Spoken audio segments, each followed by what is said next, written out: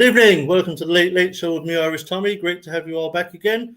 And this evening we'll be talking, as usual, all things West Ham.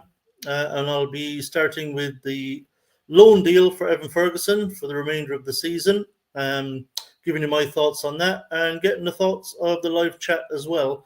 And so before we start, we'll go in the live chat and see who's around. Randy's in, as always. Great to see you, Randy. Straight in already with his opinion. Says, all right, Tommy in chat, hope you're well.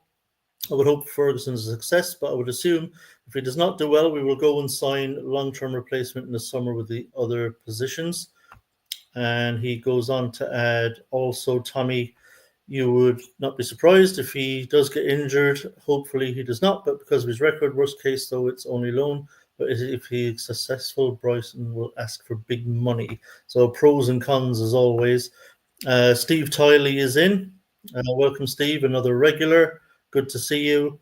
And we're having a chat. And Maltese, good to see you, mate. How are you? And Flyfox, thank you for joining. Let's see who else is in at the moment. And I think that's mostly Oi Oi. Happy's in the house. Great to see you, Happy. Hope you're well. And that's roughly it at the moment. So I have a guest, as always, a tired guest, but he's here. He's here. He made it. He's a Finally, champion. He's pushing through the sleep barrier to join us. I done the wrong link. That's why I'm late. I've been in the studio for 5 minutes waiting for you, and then I got a message off you to say I'm ready, and I went, well, I'm waiting for you. I waited for you, and I went. Then in the top left hand corner it said ended. I was like, oh, I got the wrong link, and then I've done the wrong thing, and it was a weird link in the start as well. What you sent me, so I'm thinking, does he want me on tonight, or is he just mugging me off? But I'm here, and I've got a cup of tea in my old school Orange United mug. Yeah, I'm here in one piece. But I am tired, but I'm happy to be here. So cheers for the invite, as always. Yeah, well, I wanted to talk actually first, Ken Luke, about the loan deal for Ferguson. There's been quite a mixed reaction to it on social media, and it seems to have split the fan base a bit as to whether or not this is a good deal for West Ham. How are you feeling about this deal and the way it was structured? As in, for those who don't know, which I don't imagine there's anyone at this point, but it's just a straight loan deal, no option to buy, no obligation to buy. So he comes to us until the end of the season and then returns to Brighton. I think there's pros and cons to it. Because we're not paying out any money if it doesn't work out. He has got. I don't think he's injury prone. I think he just had one bad injury, hasn't he? Which just kept him out for a little while. But prior to that, I think he was playing quite a lot. I could be wrong there, but Potter knows him, so he knows what he's about, and he trusts him. That's why he wants him. He's a good player on his day. He's a handful. He's the right kind of striker for what we want. Not too sure pace wise how good he is, but if he's got a finish on him, then that's some sort of improvement.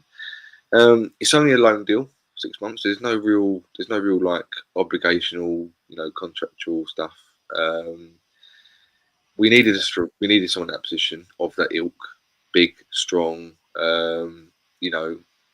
possibly versatile as well. And so I can see why people are against it. I can see why people are for it. The trouble is always, Tommy, and this happens quite often at West Ham. It's not the fact that he's come. It's the fact that only he's come.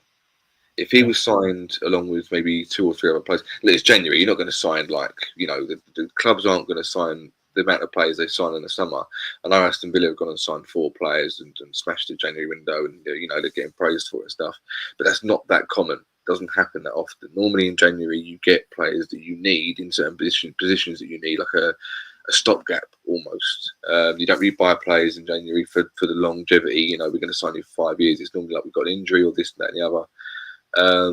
So I wasn't expecting us to go out and get anyone. Actually, I know I said in the video the other week that we're going to sign someone, but we were getting linked with Tom, Dick, and Harry as we always do. So I thought, well, we are desperate. We have got injuries, so maybe they will, pull a finger out of their arse and do something about it.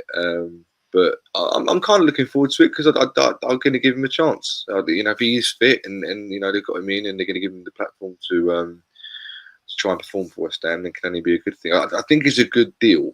I think for the deal that kept being banded around, the money kept being banded around. I think the deal we've got in the end is sort of like it's a no risk, no fee kind of thing. So, yeah, I think there's pros and cons, but I'm willing to look forward to it. I'm not really going to be worried about it. So, fingers crossed. Yeah. On the Villa thing, actually, I did note the signings, and it kind of made me shake my head a little bit because Villa needed signings. Obviously they sold John Duran, but also with the Champions League, which they've been doing very well in, they've been finding it difficult. Their record in the Premier League following a Champions League game is really poor, and I think Emery understood if we're going to improve in the Premier League, then we're going to have to strengthen the squad if we're going to be playing, twice a week essentially for as long as they're in Europe. And so they went out, Villa, and did the things that we've always been crying out so many times for West Ham to do in January, which is strengthen the squad for that final push towards the end in the second half of the season. And we never seemed to do it. And the times when we really needed to. And who knows what we might have been able to do had we done so. But Villa have done it. Villa have recognised that they're struggling a bit in the Premier League, that results have not been what they'd like, and that they're just losing pace a little bit in the Prem. And they want to make sure that they have a strong finish to the season with around, I think, is it 16 games left, something like that. And they've gone out and they've made the signings to try and strengthen that squad and make sure they can push on and improve their results in the Premier League, while at the same time being able to perform in Champions League. So it's a little frustrating to see Villa doing what we should have been doing the last few seasons when we were in Europe, and when we were in a strong position in the league. We just haven't done it, but Villa obviously have. But as regards the Ferguson loan deal, I'll bring James in here. James has joined us. I'll bring you in on this in a minute. Hey, told ya. In regards to the Ferguson deal, to be honest, like I said, I understand the people who are a bit critical of it, that it's just a straight loan till the end of the season, saying, if he's a player we want, then potentially we're pricing ourselves out, because if he has a brilliant run in and scores a bunch of goals, there'll be a lot of interest in him in the summer, and Brighton will want more money, and we could get priced out, or we could get beaten out by another club. So I understand that argument, and it's not without merit. But the reason I'm absolutely fine with the deal being simply a loan deal, it would have been ideal, if we'd had an option. But I suspect the reason we don't have an option is because reportedly Brighton are looking for about 60 million for him, and I don't think we were ever going to be willing to pay 60 million for him. We weren't even willing to go quite that far for John Duran, who I think we probably all rate more highly than Ferguson. I think the West Ham rate John Duran a bit more highly than Ferguson. So if we weren't going to pay 60 for Duran, I don't think there's any prospect that we're going to pay that for Ferguson. So I don't think either an option or obligation to buy was ever likely going to happen. But we did desperately need a striker. And he is a good one. And if he stays fit, I think he'll be a real asset to us between now and the end of the season. And if we don't sign him in the summer, so be it. But at least it gives us that breathing space where we've got a striker in. He's a good one. We really like him. Hopefully he'll do a really good job for us until the end of the season. And then if it's not to be Ferguson that we sign in the summer, at least we've got the time between now and then to have our other options open to say, right, if the Ferguson thing isn't happening, these are the other players that we're going to go and look to get. Or we may just decide already before the end of the season, you know what, Ferguson's a bit too tasty. Brighton are looking for too much money than we're comfortable with. So we're just going to send him back to Brighton. Then we're going to bang in a bid for our top number one choice striker signing in the summer. So I'm actually fine with it. It doesn't really bother me. If we could have done a deal for him now with an option or an obligation at the right price, I would have had no problem with that either. But I certainly am not getting my panties in a bunch because we're sending him back to Brighton at the end of the season. Certainly would not. I'd have been far more unhappy with an obligation to buy. Let's put it that way. I think that would have been a terrible deal potentially. An option I would have been okay with, but I'm actually absolutely fine with us just taking him till the end of the season. James, how are you feeling about the Ferguson loan deal? I'm pretty happy with it, I'll be honest. Well, I'm going to be honest. I think it's a good deal for us, isn't it? Really, we need a striker. We need a young striker. We need a Premier League proven striker. And loan deal to the end of the season. Hopefully, we can sign the man. Like, hopefully, comes in, does good, and sign him. We're going to need more than one striker next year. So if we've got Evan Ferguson as a backup on the bench, and we've got like another striker coming in also with it, it's also great, isn't it? So I made mine pretty short and sweet. Happy with the deal. Wish we would have had a choice whether we want to buy him or not, but we just got to roll with it and see how it goes. Yeah, but I think the kind of money Brighton would be talking, I doubt we'd be paying that for a backup anyway. I think if we were to sign him, I think he would be our big summer signing in the forward line. So yeah, I'm pretty good with it. The other thing I want to talk about, actually, I'm going to go because I promised in the chat I would read out. I already read out Randy's one. So Maltese is saying we have to be happy. We've got a striker in, even if it's only until the summer, and that's basically where I'm at with it. And he obviously hopes he doesn't break a toenail the first leg.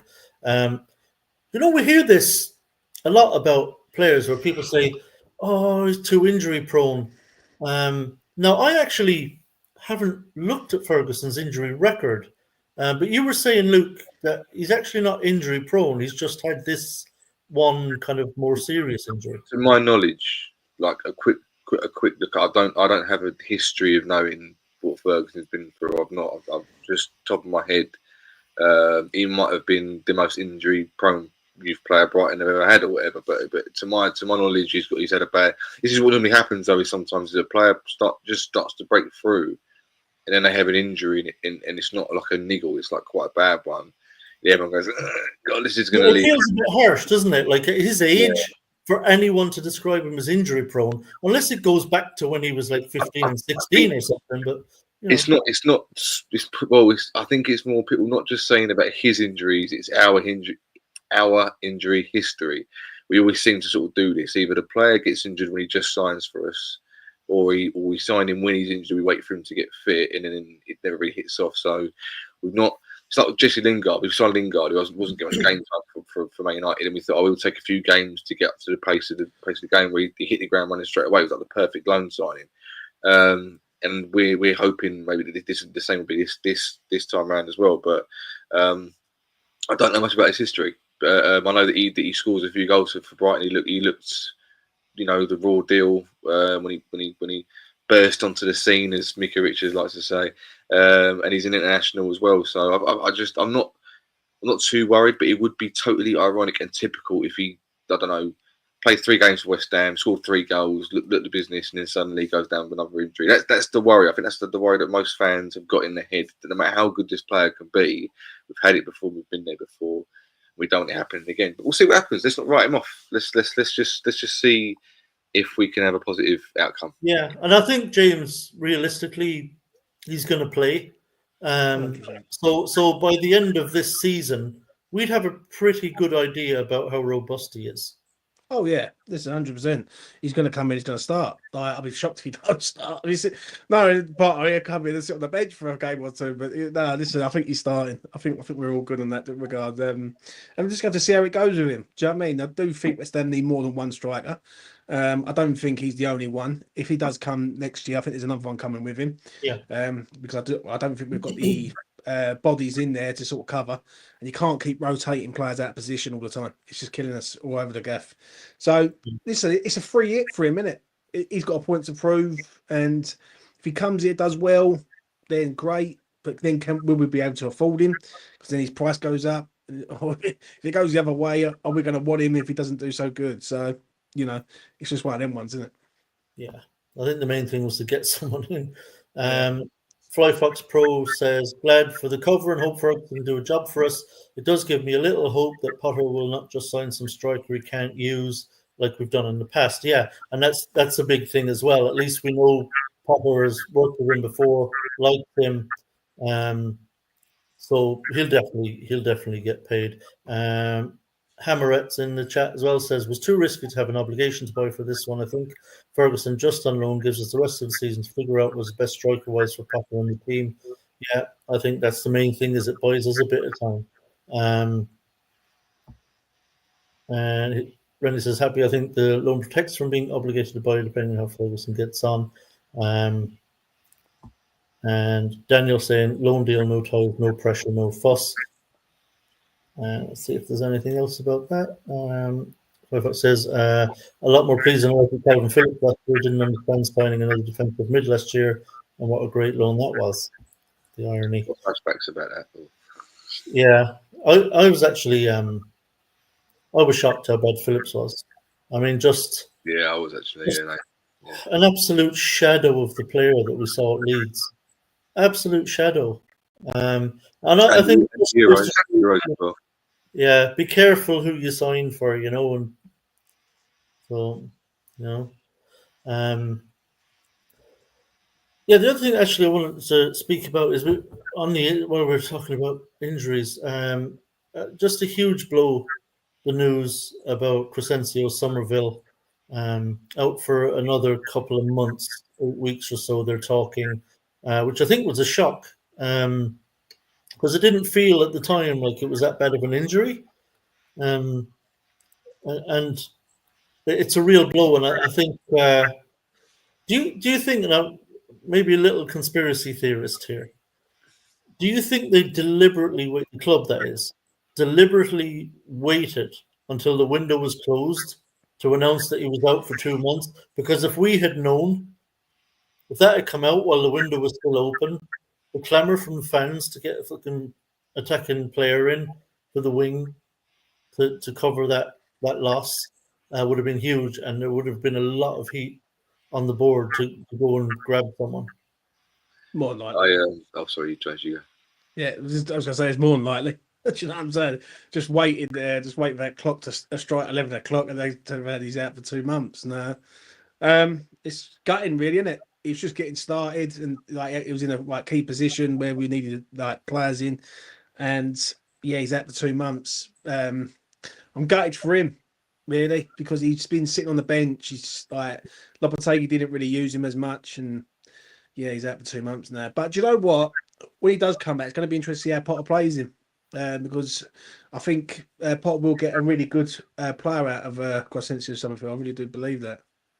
Yeah, it's just typical West Ham, isn't it, Luke? I mean, sign him in the summer, a position, as James said, that we desperately needed. And for a long time, we needed someone who could naturally play out there. We signed him, who was Championship Player of the Year last season, Leeds United Player of the Year last season, a player we're all excited about. And Lopetegui won't use him, so we see very little of him. And then he gets sacked, and Potter obviously likes him, decides I'm going to play him. And then he gets fucking injured, and he's out for about all in. It would be about 3 months. Like I said, it's typical, and not be funny. Me being a complete non-conspiracy theorist, I believe everything the club tells me all the time, and I believe they've only got the best interest of the club at heart. So they would never release news. Ironically, in time after our window's closed, we don't buy anyone because they love us so much, and they have all the respect for the fans of the world. So why would they do that? So, no, it was clearly, it wouldn't. I wouldn't put it past them. I wouldn't put it past them tactically to do that, just to try and keep the fans, the moaning down and whatever. But I don't know if you've heard, Tommy. I don't know if you've not really aligned to it, that the injury he's got is not the original hamstring injury. Apparently, he had recovered from that original injury and then went and got a new hamstring injury, which is the one that's really causing him the pain. How he's done that, I have no idea, because he hasn't played any games since he's been injured. But it's strange because when he come on for the few times he did play for Lopetegui, it was always left wing, and this this game against Villa in the Cup, he plays his right wing back, where he's doing a lot more running, a lot more defensive cover, and playing tackles. And I'm just wondering if that was because Fulkrug obviously goes down in the same game as well. I'm not saying Fulkrug is as mobile as Somerville, but there's when you get two injuries like that in a short space of time, the intensity had obviously gone up, miles higher than it was, and the players obviously had the adrenaline rush from the Potter's first game, etc. So it was typical. It's funny because Potter at the minute is doing the best he can with a bad bunch. I don't mean the players like poor players. I mean that his situation that he's in, and some people coming back would be interested where exactly he would play. I don't think he's giving these players set positions. I think he's just trying to make the best.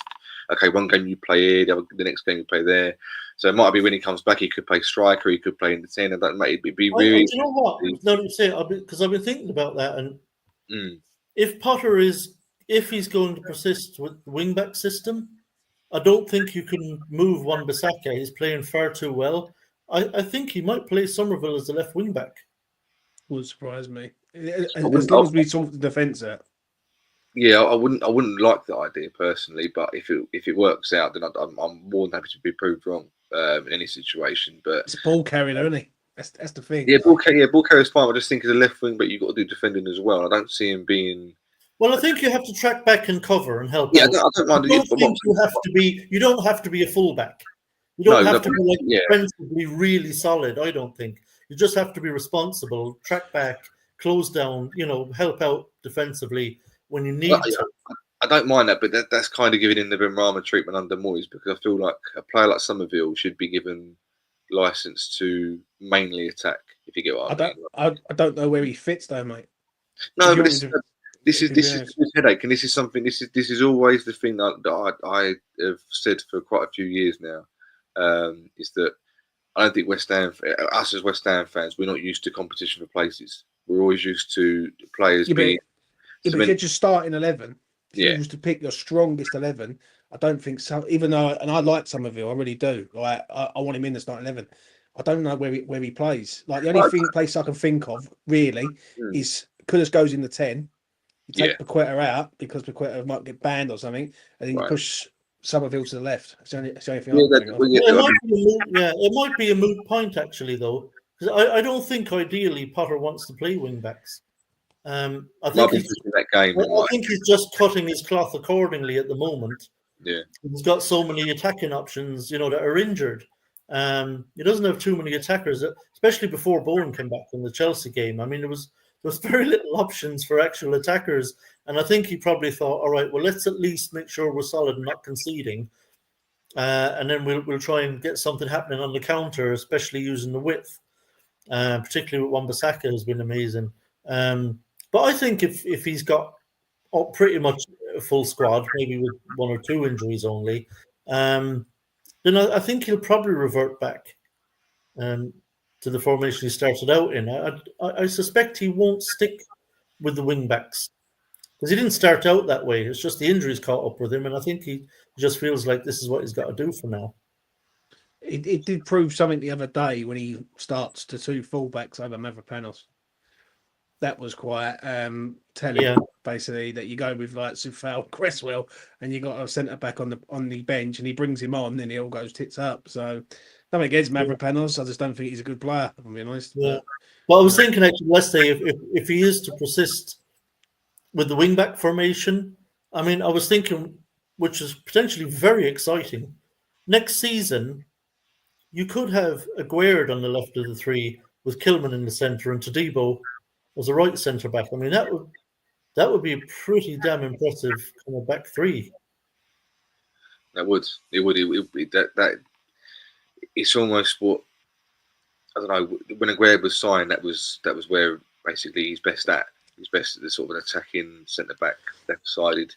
And he never really got to play that role. And I've said it before. I think Aguerd was really unlucky under Moyes because I think he seemed to be a magnet for mistakes. He was like the Mavropanos, but a decent Mavropanos. Like he'd make a good tackle, but if a striker had a shot, it would just come off him and go in the goal. Like he had a mistake in him every game, which would normally lead to a goal. But he produced more than Mavropanos does, so maybe he's a bit better on that side. But if we could get and this is the annoying thing, is like I said, like, you know, the injury curse we've seen to other West Ham. Our full strength team with every player available for selection is tasty, and then we should be nowhere near where we are. We should be playing nowhere near where we were at the start of the season. Just happens to be we had the wrong man in charge at the time, and we've got the right man in now, and the players that were available at the start aren't available now. So if Saliba comes back and he's he can stay, because I don't know how bad injured. You keep hearing different things about his injury because he's over in France at the minute, isn't he? With needs getting specialist treatment. They seem a bit hush to sort of release details about that, so that's a bit hard to keep up with. You know, he went to a game the other night. He got a bit of shit off West Ham fans because they said, well, why is he watching a game that includes Nice and he's not back at watching West Ham games, and you can't quite correlate the fact that he's in France, not in England, because he's getting specialist treatment. So they're a bit hush where that's concerned as well. Yeah, hope he hasn't gone to that same fella as Maxwell Corner he went to. Oh yeah, you never know. They might share a video, they might share a clinic or whatever you want to call it. So next season could be very tasty, providing who we keep, who we sign, what formations we use, and who stays fit. That is like we seem to be really good at keeping players fit over the last few seasons, but it's crumbled a bit this season. But yeah, I think if Ferguson comes back, it could be sensational. It could be, but could's a big word at West Ham. So I'm not convinced on that one. Right. I really ain't. No, not on the grid, mate. When you've seen him do it in the Premier League, whatever manager it is, certain errors. Like I said, on the ground, he's very good for pace and getting him behind. He's got recovery pace, but he can't defend like positional areas, and he definitely can't defend against strong strikers. We see it a few times against 𝙂𝙊𝙊𝘿, and I know 𝙂𝙊𝙊𝙊𝘿's very, very good now, but he wasn't very, very good like a year and a half ago, and he's only started to become the player he's become now. For me, I think we need another centre half, whoever that is. I don't know, but we definitely need another centre half in there, or you can push Wan-Bissaka back there, and then go out and probably go and get like a Kyle Walker-Peters to go on the flank, and then you can switch them around and you can move it about a little bit in defence. But we definitely need another centre half of some note or some quality. Do you know what I'm saying? Kyle Walker-Peters is going to be a free transfer in the summer. I think that's a no-brainer for West Ham. We should be going for him and bringing him in because he can play both sides, and it's perfect, really. Because I think Cresswell goes, I think 𝙂𝙊𝙊𝘿 goes, and you've got cover on both flanks. But what do you make of James Ward-Prowse returning? I think again that was just cover. I think Potter just wants numbers there. Paqueta picked up a knock. Now apparently he'll be okay for Brentford. Alvarez picked up a knock. Neither one were available for the Chelsea game, and I just think he looked around and was like, Jesus. He looked at the bench and was like, I need some bodies in here. And I think Ward-Prowse was the most obvious one he could do very quickly. He wasn't playing for Forest, so yeah, I wouldn't read into it too much. I don't think it necessarily means that Potter plans on playing him every week. But I think he certainly decided, look, we need to bolster the bench at the I think it makes sense to bring him back, and I think that if we are being honest, we've got a player there who not only is very good on set pieces, which we don't really seem to be anyone in. Like Bowen takes the odd corner, which is good when it works out, but he's a set piece specialist, which could open up tactically, a good aspect of Potter's tactical game. We could really do that, but I think also it's someone else that, if the reports are true, if we believe them, that he's very good in the dressing room. He was potential vice captain before Lopetegui decided that he actually didn't want him in. It could just be a morale booster. It could just be something to just keep the spirits up. There's kind of this thing with West Ham that we go a goal down, and we don't want to know anymore. For me, we're a bit of a one-half team this season, and if he comes in and he brings boost the morale and the players are someone else for the players to get on with, and he was good in the dressing room apparently. So I was captain of Southampton for many years, as far as I know. So I think it makes sense. I don't think he's going to pull up any trees. But if you're looking like James, you're like this, because I think I'm going to agree with you a little bit. Right? So he brings on Alford and Scholes against Chelsea. I love the youth getting played. Don't get me wrong. I've been a big believer in it a long while, but I think he brought them on too early. And I don't know if he was doing it just for the sake of it, and or just wanting to give more and more game time. But I think at the time, I thought, no, we got a little bit in us still. And then when they came on, they didn't really have the impact that they've kind of been having when they come on. And if Alfred's not ready, mate. You've got Scholes is a fantastic. He's going to be a fantastic player. He didn't have his best game when he came against Chelsea the other night. Alford was practically non-existent, bless him. But we kind of, the game was in that sort of moment there. We needed something. We needed someone impactful to come on, not two youth players. I agree. Ward-Prowse would be the experienced heads that would come in handy over someone like Alford. Not that Alford's a bad player, but in that particular scenario, a Ward-Prowse would be more handy to bring on than Alford, mainly as well because of the set piece. Yeah, so and to be fair to Alford, look, central midfield is tough. You know what I mean? When you're away at Stamford Bridge, and it was at a time when Chelsea were kind of getting on top a bit there and putting us under a bit of pressure, it's tough for any youngster to come in the middle of the park. He's not ready yet, Alford. Like the thing is, he's not. Like, there's no disrespect to the kid, but he's not ready. Like he's not ready to come in and start and look to be a starter. Do you know what I'm saying? I actually think Ward-Prowse is going to come in and be a starter at West Ham. I don't know why I got a feeling. Alvarez is a liability. And I think Potter's seen enough of Alvarez to go, you know what, Alvarez ain't doing enough for him, and he's a walking yellow card every game. Like if you're having a bet, get on Alvarez every game. I've been doing it. No, I don't care.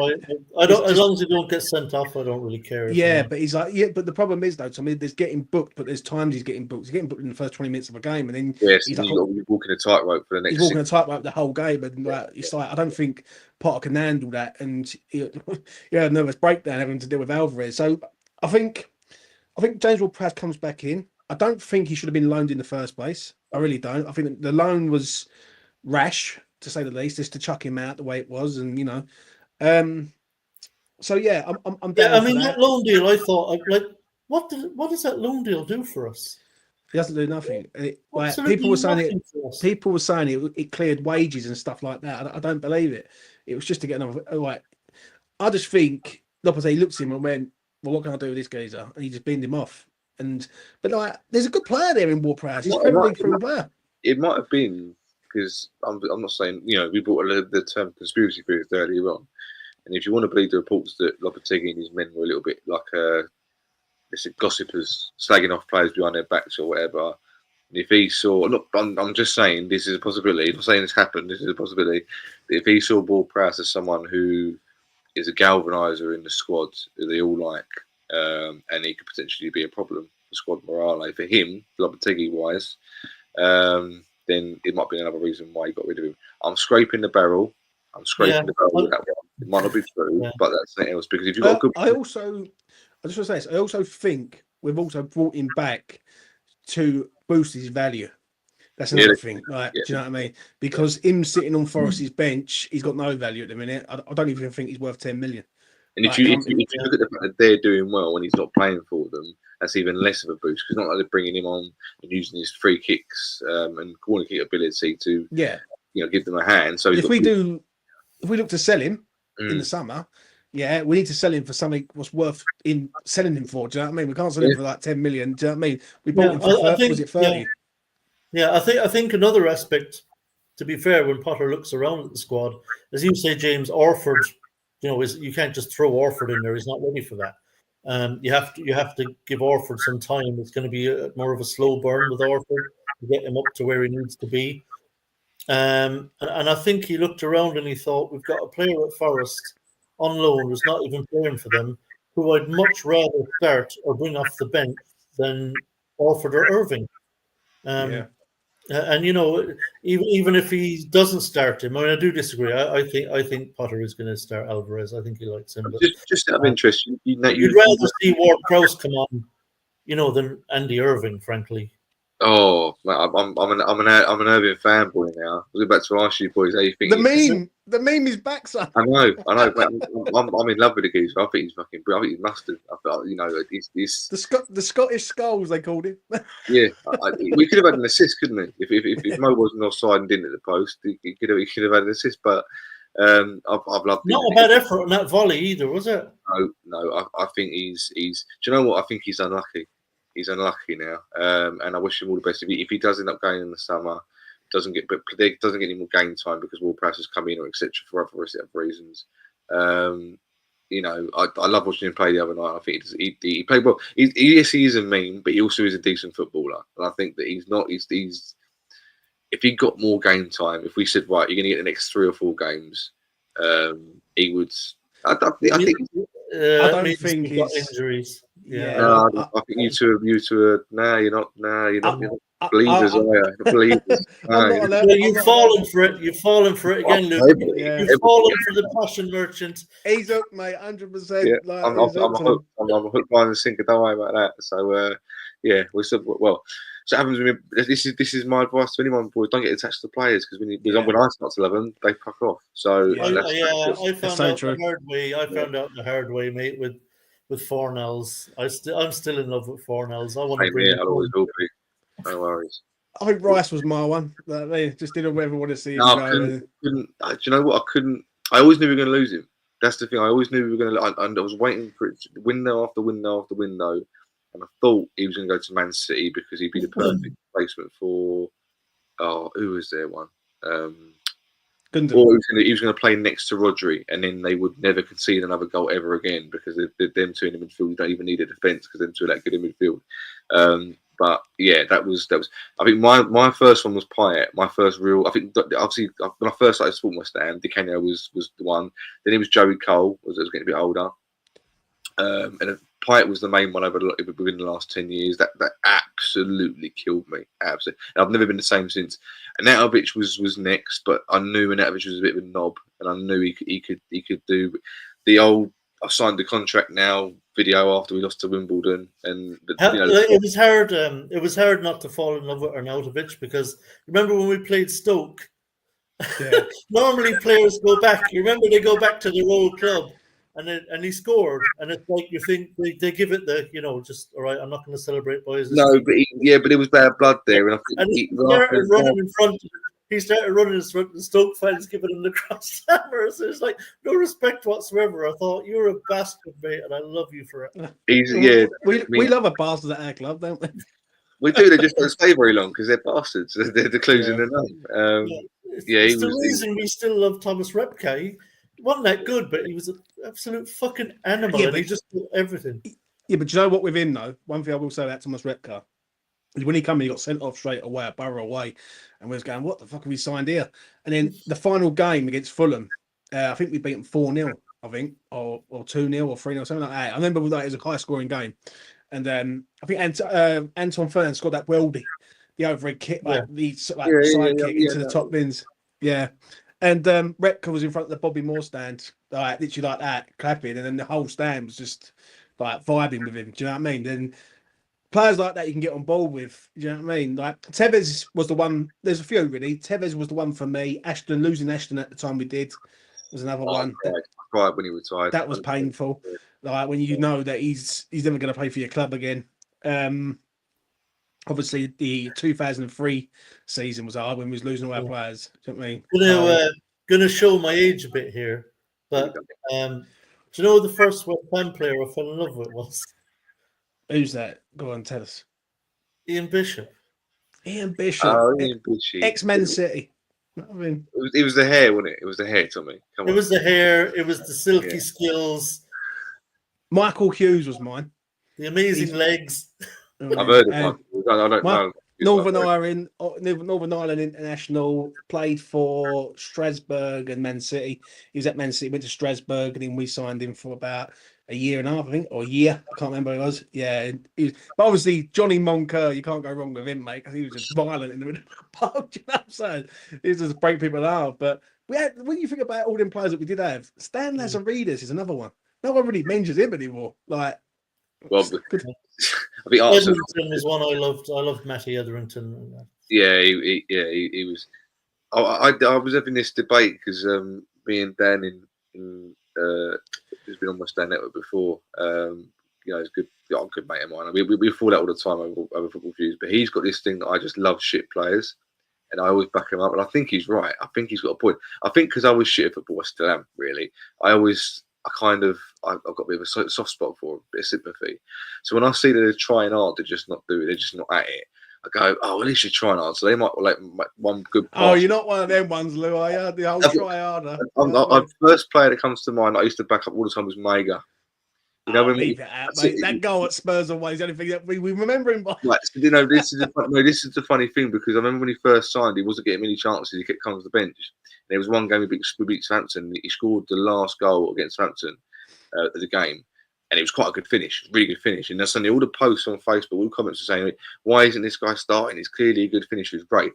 Starting, and obviously I know we family, friends, and that there were season ticket holders going, this geezer's just he ain't strength wise, he's just getting bounced off. And then the Tottenham game where he scored the goal and he hit the bar from 30 yards, I thought, right, this is a start off. He's gonna be a West Ham hero. This is exactly what we've been waiting for all this time. And then he never played again, and he was shit, and then he got sold. And he was a bit of a headless chicken. But no, there's certain players that I do get attached to, and I shouldn't. Some of them I shouldn't. Some of them I really, really shouldn't. But I just there's a part of me that just, if I see a player I like, I just sort of yeah, you can fall in love with some of the players there. Like Paulo Futre was one for me as well. I thought, oh, what fucking player we've got here, and I love Paulo Futre. Kitson and Artson was like 1997. We signed him in 1997 for £7 million. And Paul Kitson, yeah, like Paul Kitson, I'm going to be honest, so underrated. So underrated. Like, what striker he was. Like, I remember his hat trick he scored at the Valley. Oh, yeah, I remember that game. Yeah, it was the year. I'll tell you what it was. It was the year 2001, I think it was. Yeah, if memory serves me right, I remember exactly where I was. I was watching it here, November, and basically, yeah, we went 1-0 up, 2-1 down, 3-2 up, and drew 4 all. You know what I mean? But great days. That was when Defoe scored against Charlton, because he got his. Yeah, what is it? He got his compensation for him. Like, we nicked him off Charlton, and he scored against them. Oh, right. Yeah. It was Kent is saying there. I remember that goal. Remember that Stan scored up in St James's, and rocket, wasn't it? Yeah, absolute rocket. But I mean, Harry Redknapp, I remember, was talking about that goal, and he was saying he was banging him in all week in training, and Harry Redknapp said to him, he said, "Fucking save one for Newcastle, Stan, will you?" And he was like, "All right, Gaffer." And then he went up and hit a fucking 30-yard screamer in the top pins. So kept his word. He kept one for Newcastle. I had a special love for. I still get shit for it now, but I don't care. Me and Rich love Masuaku, and I made this point. I made this point. Like, I will die on this hill, and I'll say it now for the record. Right, Masuaku as a left back is a terrible left back. He's an absolutely abysmal left back. I make no argument against that. But when it was Moyes' first stint and he used him as a left wing back / left winger, he played really well. And if we could have somehow used him as in that position where he was playing well, doing all the tricks, and I think there was a game against Chelsea where he was just having them all day long on the left wing, and he never played there again. Remember that ridiculous piece of skill was against Tottenham. That was a Tottenham game. Yeah, there's back in, I think a few years ago, West Ham done a reel of all his skills, and it was in that season, the second half of the season when Moyes took over, and he was brilliant, full of it. Skills, highlights. Cross to an Anatovich score, brilliant goal, and then we never played him there again. And then and then he went back to being left back, and he was shit. And it was no wonder he got sold and went to. He's no Joey O'Brien though, is he, Lou? No, he's no John Hurley. Oh, George McCarthy. Oh yeah, no. It was up there. You know what I mean? Or John Pansel. Oh yeah. No, but we have. It just goes to show in the Premier League era, like we have gotten it right early doors. Like a lot of the strikers we got in, we have had some good ones. But all before Sullivan though, Tommy. Yeah. I don't know. Sacco was good. I don't know if anyone knows this. A little bit of a sad note, really. The former owners, I don't know if anyone knows this. I think it was a few days ago. One of the Icelandic owners we had recently passed away the other day. I think it wasn't Eggert. It was the guy who co-owned it with him. passed away recently. I don't know how he passed away, but he did. And it's funny because I remember when Sullivan took over and he basically slagged him off in the press, saying he didn't know what he was doing, what he's done to West Ham, the amount of debt that he's put West Ham in. We've saved the club, as you know, the tagline was, "We're down so much debt." And then, like, he could come out about a week later saying, "Yeah, I wasn't the only." Like, he slagged Egg off basically, you know, to what Egg thought. He said, "I wasn't the only one." He says, "They're not being funny, but these guys used to own Birmingham and got kicked out. But like there's let's see what you do with West Ham," because he said it wasn't that straightforward. We had a recession to contend for along them lines, and at the time, obviously, I backed up the current owners because I didn't know any better. I just thought they're going to come in and doing the Olympic Stadium thing. They have saved us, and I was brainwashed, like, you know, like most people was, I suppose. And then now I'm thinking, who would I rather have at the club long term, the Icelandics or the Dildo brothers? Because you know, long term, I'm not saying they were any good, but they weren't evil like these are. They didn't come across as like, you know. Oh, they're more than evil. Trust me. No, Yeah. they might have been a bit useless. Might have been a bit. Even though he looked like Dr. Evil, but yeah. you know, yeah. But the other thing as well, I don't know if anyone remembers this. He used to praise the fans up all the time. Every interview they'd done with Baggett Magnuson, he always praised the fans up. He always said how great they were. I have never, ever, ever heard anyone from GS. Obviously, David Gold's gone now, so rest in peace. But Brady or Sullivan or whoever have never praised the fans. They've never walked in and gone, the fans are brilliant, they deserve, we're going to give it to them. It's always been. Yeah, but they won't, though, mate. No, they won't. But they always use it as, oh, West Ham. We've got a West Ham fan. We've got a massive fan base. We can take advantage of this. Basically, I don't want to get into a false Sullivan thing, but the one thing I will say, and I'll make it quick, is that they use the fans to get to the LS. That's as simple as that. And I mean, they don't need the fans. They don't need the loyal fans. They just need football fans, and that's what they've got basically. But I need to go back on something. You said that you back any player up back in the day. Yeah, how bad that was. Did you back up Roberto, son? Roberto? Yeah. Do you know? No, I didn't know. No, do you know what? He was the one. I think he was the one player. Genuinely, I just lost all faith with, like, almost instantly, because I think against Oxford, it gets Oxford's in the League Cup. Yeah, he didn't dive for one goal. He just all watched it go past him. But ironically, if you watched the last game he ever played for us, Palace away, it was his best game for us. And it happened to be that at the end of the game, Jordan Ayew scores the best goal he's ever scored in his life against him to go win 2-1. He was doing so well, so he just looked over and just dinked it over him. Roberto we all ain't got over Burnley. Do you know what I mean? Yeah, it's actually kind of, when you think about it, like, it's actually kind of shocking that anybody agreed with Roberto that he was a goalkeeper. I swear, mate, he must have blagged something. I don't think he didn't have a fucking steal a living like that. I don't know if anyone's seen the Liverpool Spurs game the other night. I had that what's his name? The new keeper Spurs have got. Kinski. He done the same thing from a corner. Ball come over and he went to punch it out and he punched it in his own net. I think it was that game. I might be wrong, but it was massive. Roberto, like, every pass went out to the off player. It was no. He gave me. There was one game against Spurs. I think I was actually late to the game, so I walked in. I've just got up to back to sit in my seat. Son has a shot, and he scores the goal. It's just, oh, great start. If you watch the replay, Roberto's gone to save Son's shot, and he's lifted his hand above the ball, so the ball goes underneath his hand, and that's how he scores. If he keeps his hand there, he saves the shot. But he actually just flips his hands up at the last second. He almost felt like he was like he was on a bung, like he was like paid to lose games for West Ham. I don't know, but he just felt like that. It's like we signed him from the Make-A-Wish Foundation. I swear he worked on a resort in Spain somewhere before he come to us. He does now. He was like that guy at Southampton. Remember the guy who rang up Graham Souness and said he was George Weah, and he's like, dying, isn't it? Ali Daya. And this is why in the game, it was just mugged him off. He wasn't even related to a footballer. Do you know what? That's why I can't. When Graham Souness is going for like it on Talk Sport or Sky Sports, I always look at him going, "Yeah, but you signed someone that wasn't a footballer, mate. Like all the things you can say, anyone can just go, Ali Dyer, and he must shut him up. Any argument when he's going hammer and talking, he must shut him up. But yeah, But that's the worst thing. Like he'd had him in training, and he still put him on in a game. He Even in the training picture, like this. must have been good in training. He must have been able to. I don't know. He must have been. I want to get a question to you. I want to go goalkeeper, defender, midfielder, striker. Yeah, worst players that we've had at the LS. Right, can't say Upton Park because that's too long. But LS, right?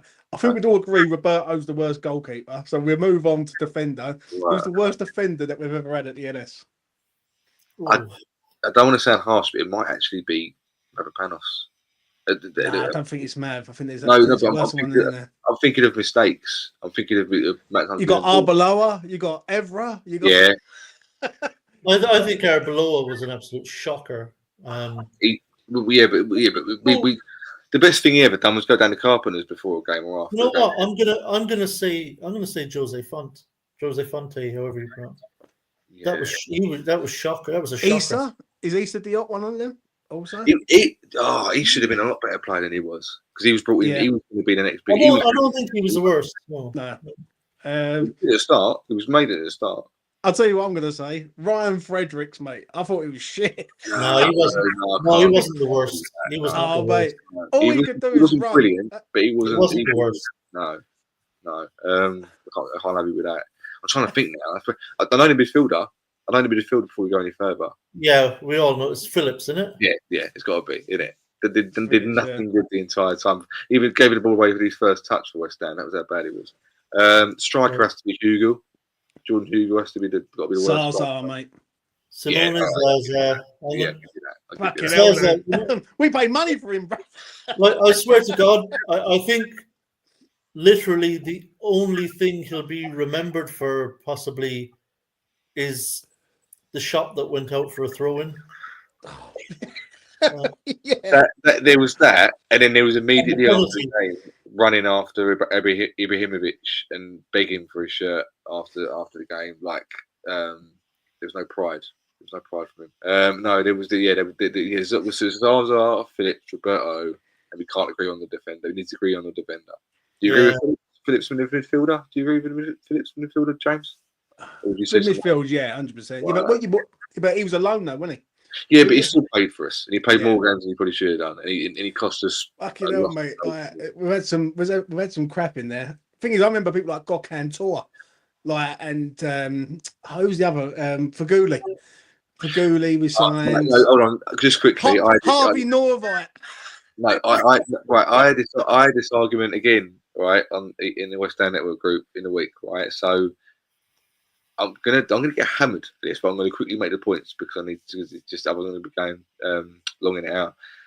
So Faguli, I think, was starting to get good for us. If you remember, he started to hit. I think he scored a goal and he started to get, and then he got sent off against Man United, and it completely derailed any sort of career he is going for West Ham.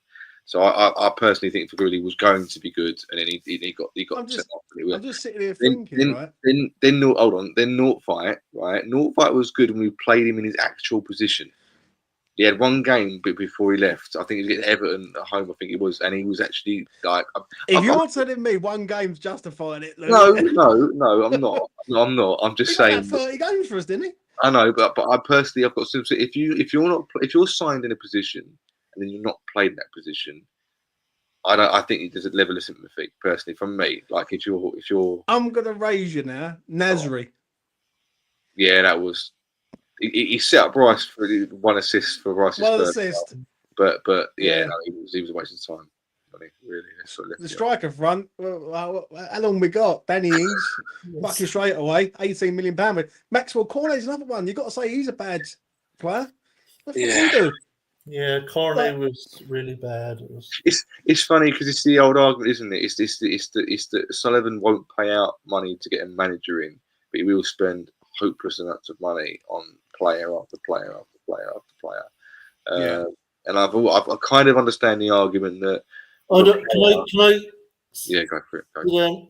We have to talk about wheelchair. If we're going to talk about bad signing, Jack Wheelchair. True. Fucking, I mean, that was dreadful. Spent That more was- time in the washing machine than he did on the pitch. Yeah, true. Oh man, who else is there? There's so many of them. I'm just trying There to is. think back because I tell you what, it's if Kent's in here, Kent, I know, 2016 era, or just after Upton Park going into Stratford, we signed about 10 players, and I'm just trying to think who they were. But Eddie Milson Fernandez was one. He's currently playing for. He was going to be good. I quite liked him. His goal against Chelsea was brilliant.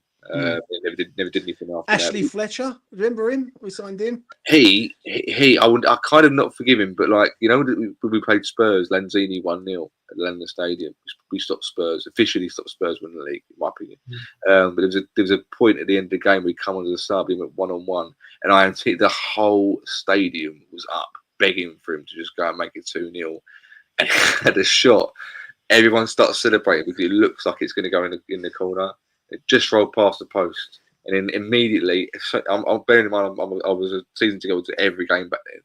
Everyone around me's gone, oh, he's never going to make it, is he? You've also got to say Haller and all for the price tag. Like for how much we paid for him. I can't really. What for? I think he was 45 million? He still scored goals despite not being played in where he should have been played. I don't think Haksabanovic ever actually played. He went into the youth team. That was dodgy. Have you heard about that? The He went into the youth team. It's a Serbian lad, wasn't he? And yeah, but he was signed him as a youngster. It was a dodgy agent deal. So Haksabanovic was a dodgy agent deal. They basically signed him so there was some sort of contractual money going for it. There was, I'd say, if you look, but if you research, lose an ITK, everyone. No, I'm the furthest thing from an ITK.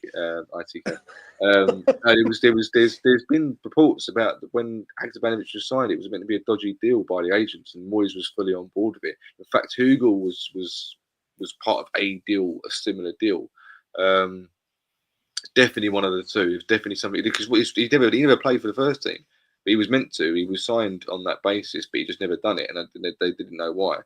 But in I think the same was of who was the other one who Samuelson was someone who was meant to get Martin played. Samuelson, yeah, and he never got Martinez in around the same time. I think the striker, Spanish striker.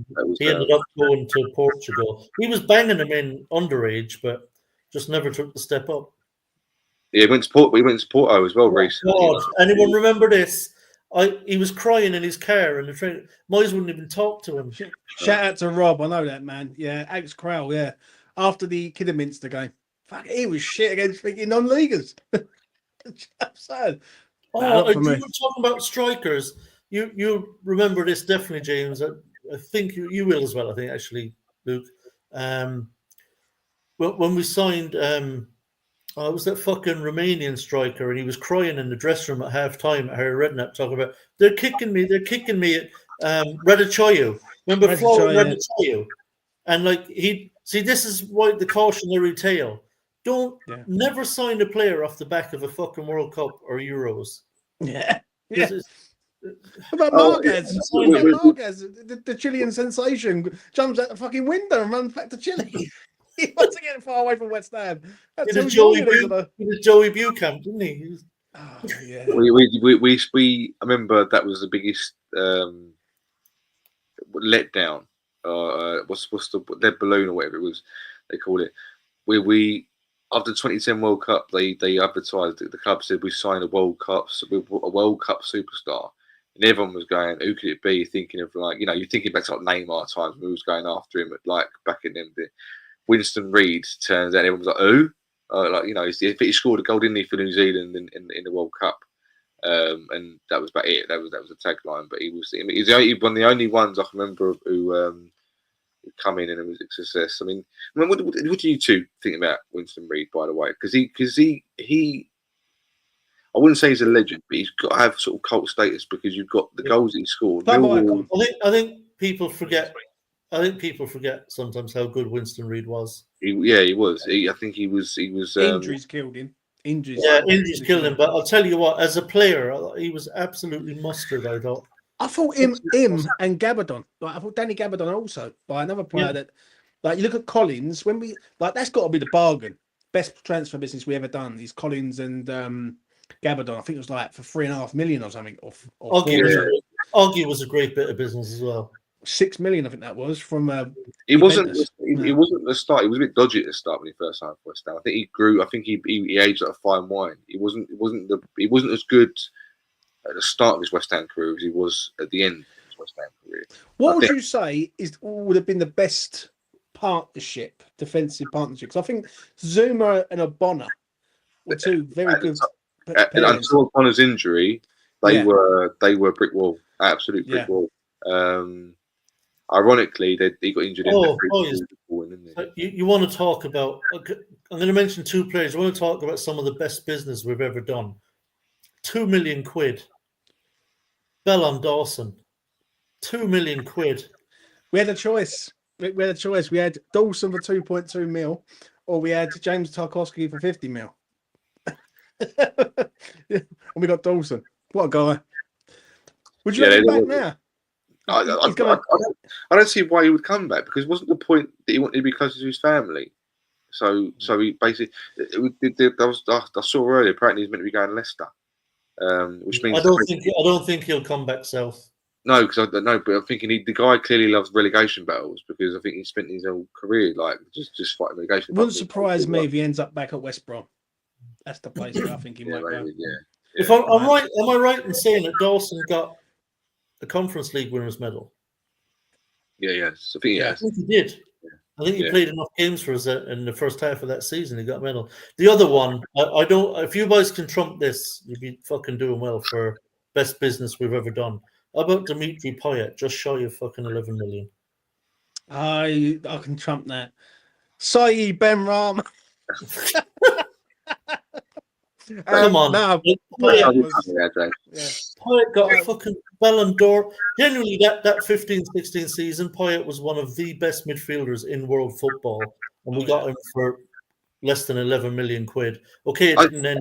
It ended badly, but that, I mean, Jesus Christ, for what we got out of him for that money, and we made a profit actually on him. So fuck it. That bit of business was unbelievable. He was an £100 million player. He was then. Oh yeah, he was for me. I don't know if the stats showed it, but I'm going to say anyway. I don't care. It's just in that season, he was the third best player in the world behind Messi and Ronaldo for what he was producing. It was never saw him lose the ball. This is the. I don't know if anyone in the chat can agree with me here, because I find this really hard to talk about, but I also love talking about this. It's very hard for me to gauge. So I kind of still love him as a player. Like I remember all the things he'd done for West Ham. I can't stand the fact the way he left the club and he's a snake and all the rest of it, right? But if anyone's talking to me and anyone says to me who's the best player you've ever seen at West Ham during my lifetime, without missing a beat, I'll always say Payet. Without missing a beat, just for what I've seen. You're old. How old are you, James? I'm 38. Obviously, right, so you're 5 years old. Yeah, exactly. Yeah. But I'm saying, but I wasn't old enough to appreciate Canio at that time. Like I watched him. I was like 10 years old was when I started watching him. The only thing I was a better player than Canio. I'm sorry, it just is. I know we love Canio. He was a brilliant striker for us. He was here longer, cult hero, legend. I get it. But if you're talking about straight up talent, sorry, Payet was just... We're going to rant on me. The Canio was the boy, mate. Listen, he scored one of the best goals in the Premier League era, in that like flying sort of volley against Wimbledon, like flying scissor kick volley. Like, listen, Payet was world class for that season. I can't deny that. He was world class. He was one of the best players on the planet. The issue is the next season wasn't the same player. Just completely fell off an edge of a cliff. Yeah, I think it was. He wasn't. But he was still like the Middlesbrough goal. Like he was still producing. Like I've never seen anyone as good as Payet in a West Ham shirt in my lifetime. That's the God's honest. No, I have to personally agree. 15-16 season. Only because I also saw him in the flesh. Like getting a free kick was like getting a penalty. That was another thing that like the Canio never really took free kicks that you know. Yeah, but the difference is with the I'm not Canio. putting Canio down, but Yeah. this is I don't want this. I will defend that Italian with my life, mate. I love That's him. this can't be a Ronaldo debate because I always say Your heart Ronaldo. speaking, James. Yeah, like at the end of the day, yeah. I look at Paya in the final season at the Upton Park. It was iconic, really, to have him there, like someone who was like just a magician. But would I rather have my side? I don't know. Maybe I'm more of a That's passion a different person. question. Yeah, that's a different question. But Yeah. you take the Canio, yeah. Yeah. Hold on. You're not. All right. Okay. You say you're a passion person, right? But then you're. I'm not gonna. I'm not. This is not an argument I'm starting. I'm just saying. I'm just picking. Bring it, Lou. Bring it. Right. It's Friday night. You're a Let's go. passion person, right? But you'd rather see a finished product signed for West Ham than play youth. So the passion side of me would think that you would go, I want to see youth because it's more passion in the club, etc. No, listen, I want to see you, but And I know you do, but you're right. But the argument you've made is that you'd go with head over heart, where youth or Oh buying. no, listen. At the end of the day, like when it comes to Canio, it's very hard for me to sort of talk negative of him. Like But he carried us in games to a point. But actually, see, because we're talking about the Canio, Mm. I reckon. Correct me if you think I'm wrong. I reckon probably would I be right in saying that maybe the best strike partnership we ever had at West Ham was Di Canio and Canute. Probably. Not that I've got a say on the 80s and stuff because I wasn't obviously born. But isn't the most iconic strike partnership we've ever had is Cottee and McAvenny? Yeah, it probably is. It probably is that. But if you historically, yeah. But I mean, if you look at Harry Redknapp's era, yeah, he had two for me, or maybe three. Yeah, he had Hartson Kitson, he had Di Canio Canute, and he had One Chop and Di Canio, I think it was. Right. If I've got that right, I might be wrong, but the One Chop one I'm a bit unsure on. But I would say Canute was a bargain, absolute bargain. Like when we brought him, I'll never forget the game when we come. It was 2021. We just beat Newcastle. I think it was 2-0, and he scored one of the goals. And the whole fan base is going, sign him up, sign him up. So you know that's good enough. But West Ham fans are not done. They know what they can see.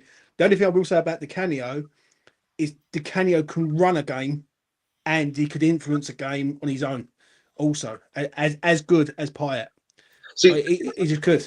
See, this is what happens with football, and it kind of annoys me because I'm a Ronaldo fan, right? And I get whenever I say I'm a Ronaldo fanboy, people will automatically think I don't like Messi, and this is the thing where we're saying here that it's Di Canio or Payet, but it doesn't mean to say that. I presume it doesn't mean to say that we're saying Payet was good, Di Canio was shit. No, we're saying that both good. It's just which one would take personal preference. See, for me, this is when they compare Payet, Paqueta to Payet because Paqueta's got the skills, right? Yeah. For me, Payet blows that out of the water because Payet would nutmeg you and dribble around just because he could. Like Paqueta does it right. because he likes to the do simple question is, if you right. have to pick one of them in a team and you're the manager, who you picking? Who? Di Canio or Payet? That's a hard one. Depends. I'll tell you, it depends, James. What are my other options up front, and what are my other options? Well, basically, you could midfielder that's gonna you probably play like run the game. Di Canio's not a centre forward; he's more of a 10. Right, for me, he's more of a 10. Like he's not a centre forward; he's not a winger. So in the modern game, you'd probably play where Paqueta plays really for West Ham, like floating about between like midfield and attack. Same with Payet to a point. I don't look at Payet as a winger for me. I look at him more as the same. When he was a bit of free run. If I've got to pick a player, yeah, I know that this player is going to give it everything, and he's every game, no matter what. I'm picking Di Canio, mate. Like, listen, I know people love Payet, but you have sold it to me. I think for me, I would have to pick Payet purely on my experience, because like I said, when I first started supporting West Ham, Di Canio was there. So I knew about him, but I didn't really get to experience the full. I think the only time I really noticed that he was as good as he was the year he got relegated. I think it was the game against Birmingham when I think he scored the header right at the end and it was like 2-2. We just know that was it's Di Canio in it. But Payet for me was like I was fully into West Ham. I can't remember, it was 10 years ago now, 9 years ago, whatever it was.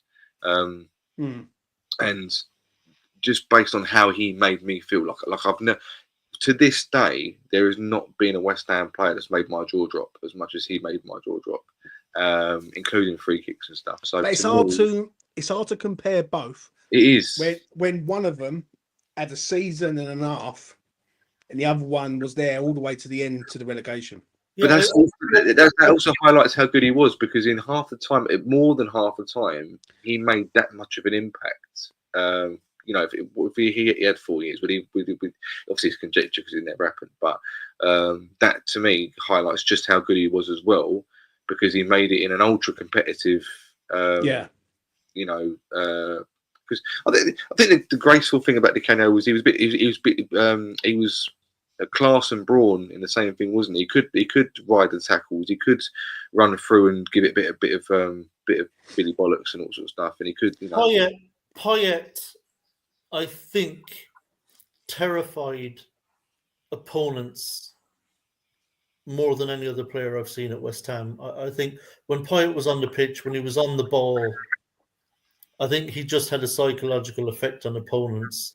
They felt like they're probably looking around at each other going, we fucking can't do anything with this guy. He's just too good. I get that. I see what Kent's saying there, right? They play in different positions, but they don't really play in different positions. Like Di Canio wasn't a centre forward striker; he was off the main striker. That's why when Canute played, Canute played further forward, and Di Canio dropped in. Di Canio would drift out to the left wing as well, and left wing. That's what, exactly. So if you used to play Payet in that position, you'd probably get the same result. The difference is if you used to do a poll and say, right, which one would you rather have in your side? I know they're going to say. Yeah, I think the modern day, it's what I say, modern day people look at Payet for that season at Upton Park because it was unreal. But then I look at Di Canio, that 2003 season, that man was trying to get us safe. Like, and I will never forget the atmosphere. Chelsea 1-0 win. 2003 when he scored that goal, he's crying on the pitch. He's literally trying to carry this club over the line. Like you're preaching. I think we're kind of talking across each other a little bit. I don't think there's any disagreement that I love Paolo Di Canio so much. Say it loud, Tom. I have no love.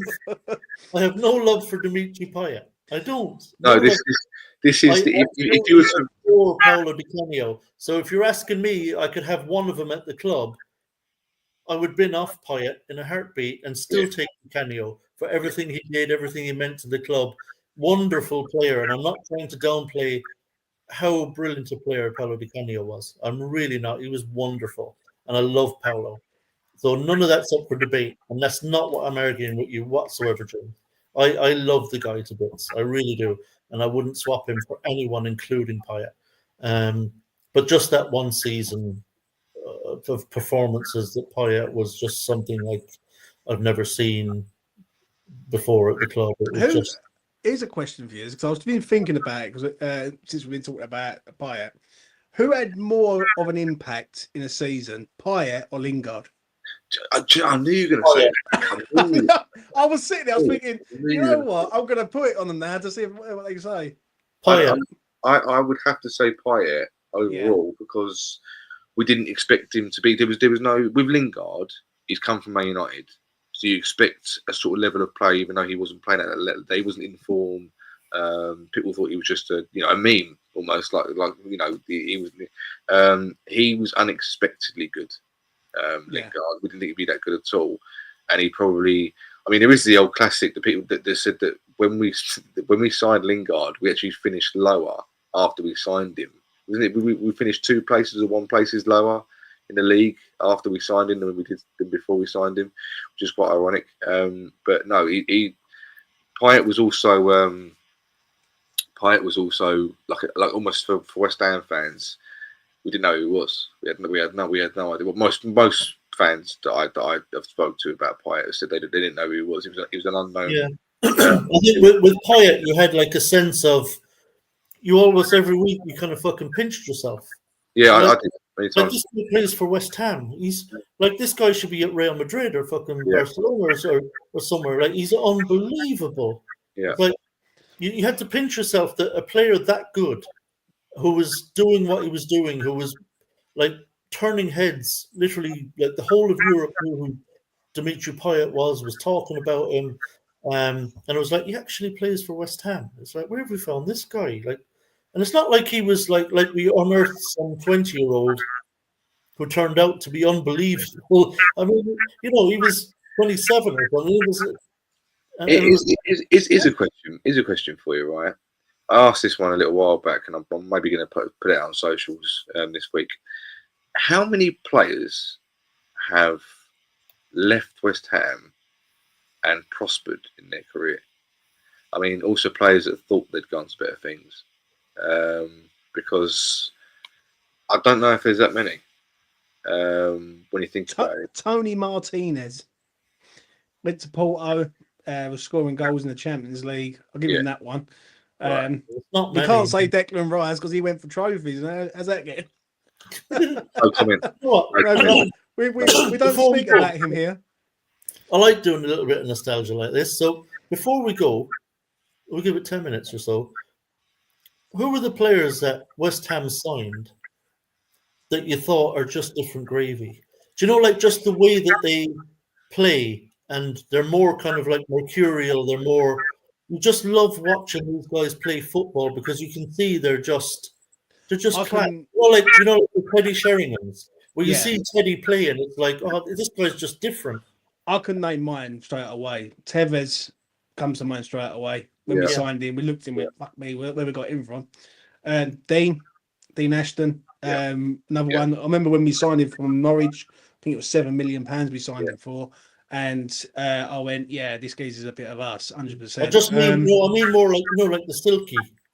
They the just look. Silky, They just, Right, okay, you know what I okay. mean? Like the Mercurial players, like obviously the Canio's Mercurial. People like Teddy Sheringham, they just play a certain way where you're like, these guys are just fucking different. Like I thought when Alex Song came in, Yeah. and I thought he's like, the Rolls Royce players where you're like, this guy's just fucking different. You know what I mean? He's on.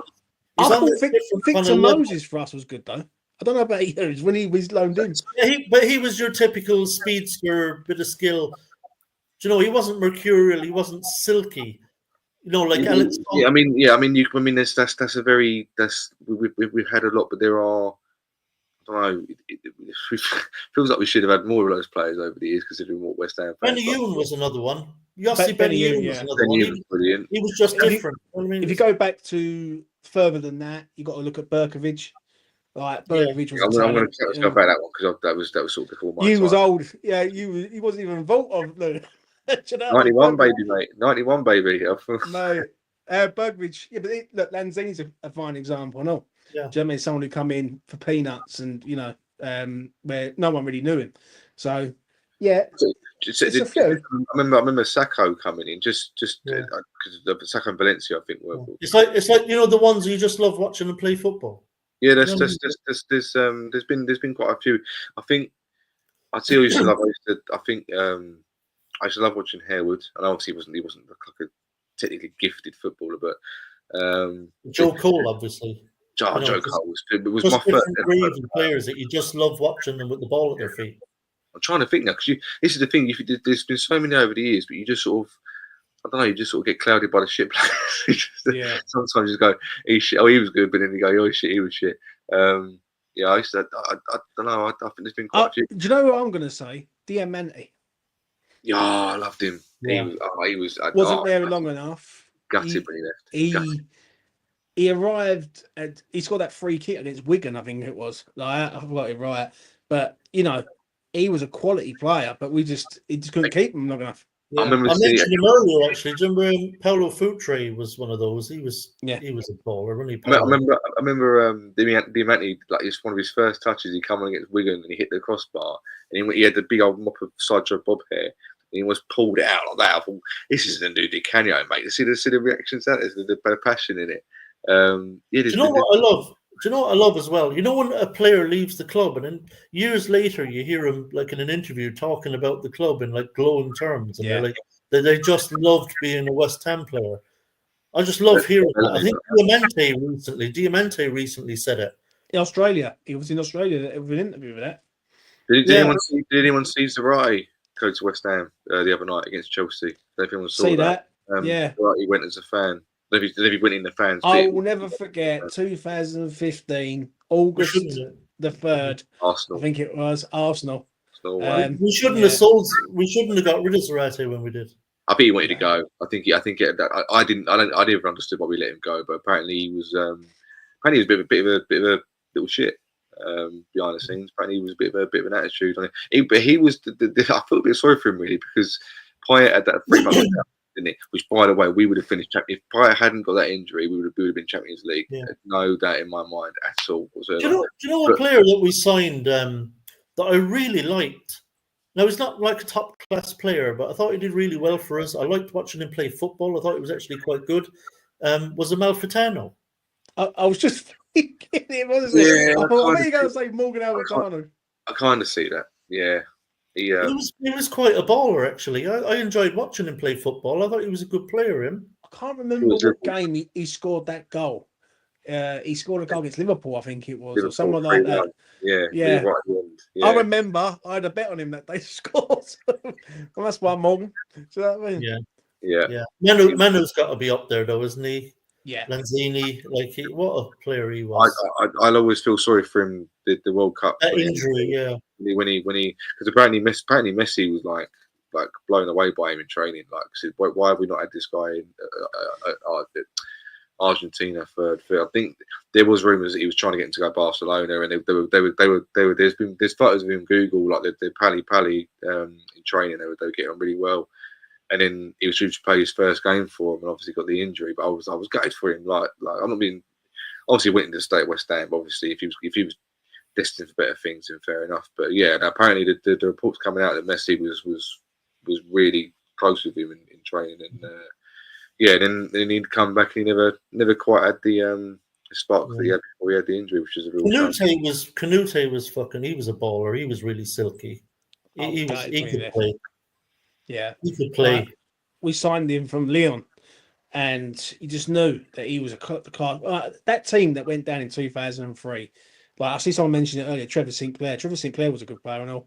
I never forget his debut when he scored against Spurs, I think it was, and we beat them 2-1.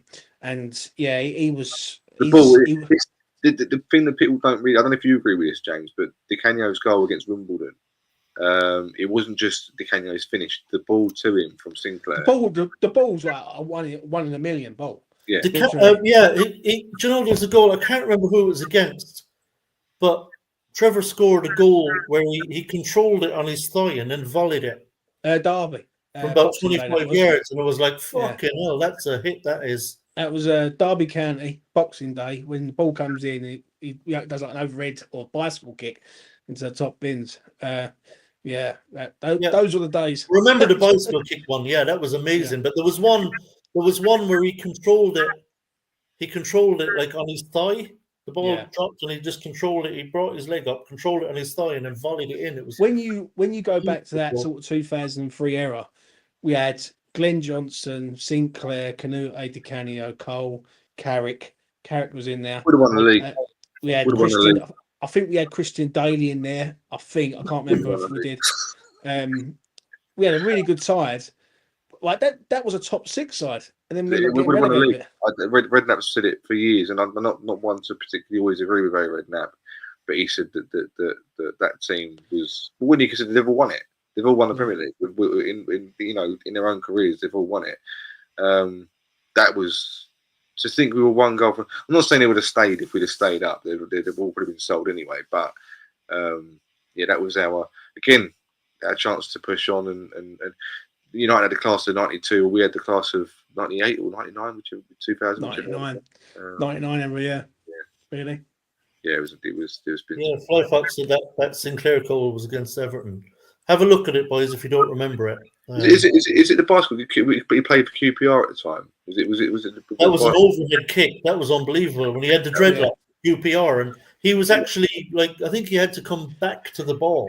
Yeah, The ball, like the cross was played a little bit behind him, and he had to turn and come back to it, and then into the overhead, and it's like, wow. All right, let's just this. I'm not gonna drag this on too long. So obviously you want to stop the video. But what is the best? Because I can't think of it. So actually, I can think of it. What is the best goal? I'll start. What is the best goal you've seen a West Ham player score ever? And mine, for a number of reasons, this might be people laugh. I bet I know what you're going to say. It's Payet's against Palace. No, isn't it? no, it's not. It's Dean Ashton versus Dean Ashton's overhead kick against Man United away. And I'll tell you a few reasons why. First of all, Dean Ashton was injured at the time. He had the ankle injury. You could see as soon as he celebrated as well. Didn't want to celebrate because he was a Man United fan, but also he said he was feeling pain. He also had to hold off prime Rio Ferdinand. Even Ferdinand says he was too strong for him. And then to get the finish that he did, for me, my favourite goal. There's been all the goals over the years, but that favourite or best? Because there's two different questions there. Yeah, there is actually. Favourite. My favourite goal has got to be, well, there's two. Canio's goal against Chelsea away. Yeah, where he just scoops it up, bangs it, and it goes top bins. I've got to say the Wimbledon goal, because that was one of the best goals. That actually won goal of the season that year. That's the best goal I've seen. Yeah. I think Payet's free kick is something that will never be matched ever again, because Crystal Palace at home. Well, the Man United one as well, isn't it? Yeah, I think the Man United one's a good one. Yeah, but I think with a better goalkeeper, I know the guy is a bit. No, he's put that's it. The people don't realise. If you look at the replay, he's put that in the one place that De Gea is not getting it because he comes to the post. If he puts that an inch or okay, then Lou, to round this up, what's the better free kick, Man United or Palace? Has to be Palace. Yeah, because of the way the ball. Yeah. I think. You know what? I think the Palace one was better. Yeah. But I prefer the United one. Yeah, I think I could. I'm with Tommy tonight. I can't believe it. The fact that it was at Old Trafford against Prime De Gea, the distance, and that sound of the ball cracking off the post before it goes in is just like heaven. That sound, oh man, all day long. But the Palace one was actually technically a better free kick, probably. But it was a better one, but your favourite one. I just don't. Well, see, the thing with me with the goals, I know we love a screamer. You know, Lanzini away at Tottenham to the equaliser in the 3-3 game. Unbelievable. But that was as much to do with the moment as the goal. Yeah. But I'm one of those people. I just love those sublime goals a bit more, than the screamers. Like. Yeah. Remember that one Lanzini scored away at Palace? Yeah. Where Rice squared it to him and he took those couple of touches and then banged it in the roof of the net. I just thought, oh, that's unbelievable. Just the skill.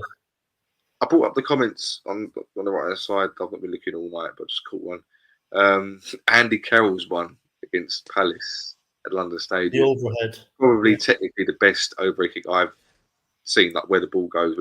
But the first, obviously, where I'm at season to get older, the ball's come over from Antonio from the cross, and a bloke about 3 rows in front of me has stood up. And as he stood up, is the exact time when Andy Carroll was making connection with the ball, and I missed the goal. All I've done is I've just seen the net move a little bit, but I was like, I never saw it in person. Go to the game, I never saw it in person.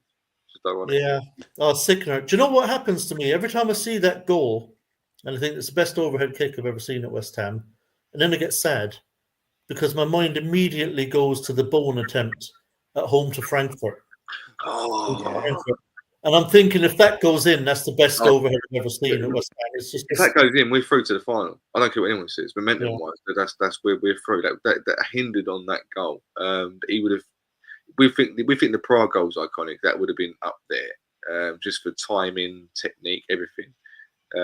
You're bringing some memories back now, mate. It's, I'm gonna go cry now. Yeah, I remember happy tears and gutted tears. Talk about Sublime. You remember that one you were talking about? I don't think it's different yet. I think we beat Fulham. Was it 2-1? And Benayoun did an unbelievable skill and then just chipped it over the keeper into the far post. Was it Fulham? That was Fulham, yeah. Yeah, Fulham. Yeah, yeah. Was that the same game where Anton scored? That Yeah, it was two really good goals. Yeah. Yeah, 1-2 nil. Yeah, the one Benny Youn scored in that game as well was sublime. It was just. Do you find that there's not a lot of them goals anymore though? I was making this point. I made this point. I was going to do a video ages ago, and I keep forgetting to do it. But I'm going to do it at some point. I think I'm not blaming Guardiola, but I kind of am, because football's become a possession based XG over being a game. There's less individualism now in football. It's all like you got to walk the ball in the net. How many times do you nowadays see a screamer outside the box? Goals wise. You don't. They say shoot, but then they dummy it and they try and pass to a winger and then get a cross in. So I think I think you don't see as many. No, maybe in the lower leagues you do, but I'm saying in the Premier League week to week, you don't go. You used to see about like a lot. Yeah, I mean, like in a season, if I go back to the 2000 era, start of the 2000 era, there was a lot of goals. Like I remember Henry's goal against Man United where he just chested and volleyed it and didn't like he's shouting what's up. They coach out of them. You're not. I'm speaking to. I've heard a lot of coaches talk about it, and it's like, the very essence of football is to be a team player, to be a team game. So I honestly do get it, but at the same time, the entertainment value, shall we say, and having the individual brilliance, it's not. If you can run past a player and nutmeg him and then set up someone else, that's class as a brilliant goal, which it is. I'm not taking anything away from it, but you do miss that. I think they're classed as like selfish mavericks, aren't they? Now, if you go past 3 players, you should have passed it 2 players ago. So it's a disappointing one, but it's a good debate that I'm not going to stop now because we've been obviously. We're going to call it there, but so yeah, I'm going to stop now. But look, it's been a really enjoyable chat. We've got no game this weekend, so we were just kind of rambling a bit, but it's been fun. It's nice getting a bit nostalgic every once in a while, and yes, it's been a really interesting chat actually, and we'll probably do it again sometime. I'm probably going to go now. I'm probably going to watch all Paya's goals again, just because it's something I like to do. I'm going to watch the Canio's goals as well. Have a look at Luke. Have a look at that Sinclair one against Everton where he controls his thigh and volleys it. Unbelievable goal. Yeah.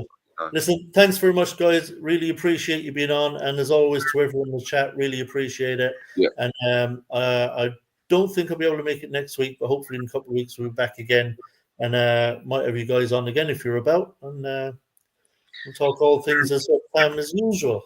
But until then, everyone, appreciate you. Come on.